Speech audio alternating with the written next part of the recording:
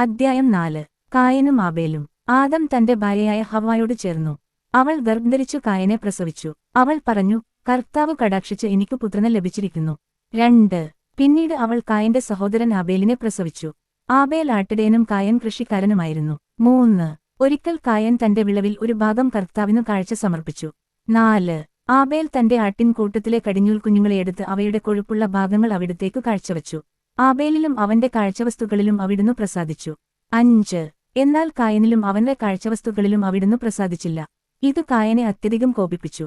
അവന്റെ മുഖം കറുത്തു. 6 കർത്താവ് കായേനോട് ചോദിച്ചു, നീ കോപിച്ചിരിക്കുന്നതെന്തുകൊണ്ട്? നിന്റെ മുഖം വാടിയിരിക്കുന്നതെന്തുകൊണ്ട്? 7 ഉചിതമായി പ്രവർത്തിച്ചാൽ നീയും സ്വീകാര്യനാവുകയില്ലേ? നല്ലതു ചെയ്യുന്നില്ലെങ്കിൽ പാപം വാതിൽക്കൽ തന്നെ പതിയിരിപ്പുണ്ടെന്ന് ഓർക്കണം. അത് നിന്നിൽ താത്പര്യം വച്ചിരിക്കുന്നു, നീ അതിനെ കീഴടക്കണം.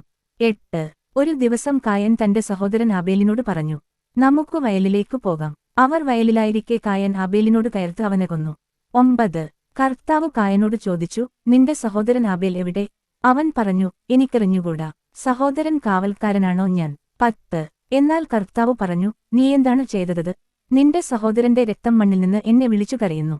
11 നിന്റെ കയ്യിൽ നിന്നു നിന്റെ സഹോദരൻ രക്തം കുടിക്കാൻ വായ്പിളർന്ന ഭൂമിയിൽ നീ ശപിക്കപ്പെട്ടവനായിരിക്കും.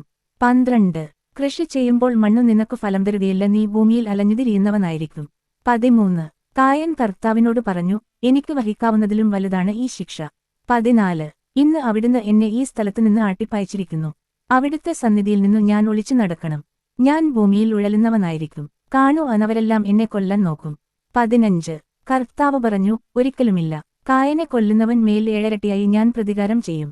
ആരും കായനെ കൊല്ലാതിരിക്കാൻ കർത്താവ് അവന്റെ മേൽ ഒരടയാളം പതിച്ചു. 16 കായൻ കർത്താവിനേറെ സന്നിധി വിട്ട് ഏദനു കിഴക്കു നോദു ദേശത്തു വാസമുറപ്പിച്ചു. കായനേറെ സന്താന പരമ്പര. 17 കായൻ തന്റെ ഭാര്യയുമായി ചേർന്നു. അവൾ ഗർഭം ധരിച്ച് ഹെനോക്കിനെ പ്രസവിച്ചു. കായൻ ഒരു നഗരം പണിതു. തന്റെ പുത്രനായ ഹെനോക്കിന്റെ പേര് അതിനു നൽകി. 18 ഹെനോക്കിന് ഈരാറും ഈരാദിന് മെഹിയായേലും ജനിച്ചു. മെഹിയായേലിന് മെതുശായേലും മെതുശായേലിനു ലാമക്കും ജനിച്ചു. 19 ലാമക്കിനു 2 ഭാര്യമാരുണ്ടായിരുന്നു, ആദായും സില്ലായും. 20 ആദായുടെ മകനായിരുന്നു യാബാൽ. കൂബാരവാസികളുടെയും അജപാലകരുടെയും പിതാവായിരുന്നു അവൻ. 21 അവന്റെ സഹോദരന്റെ പേര് യൂബാൽ. കിന്നരവും വേണുവും വായിക്കുന്നവരുടെ പിതാവായിരുന്നു അവൻ.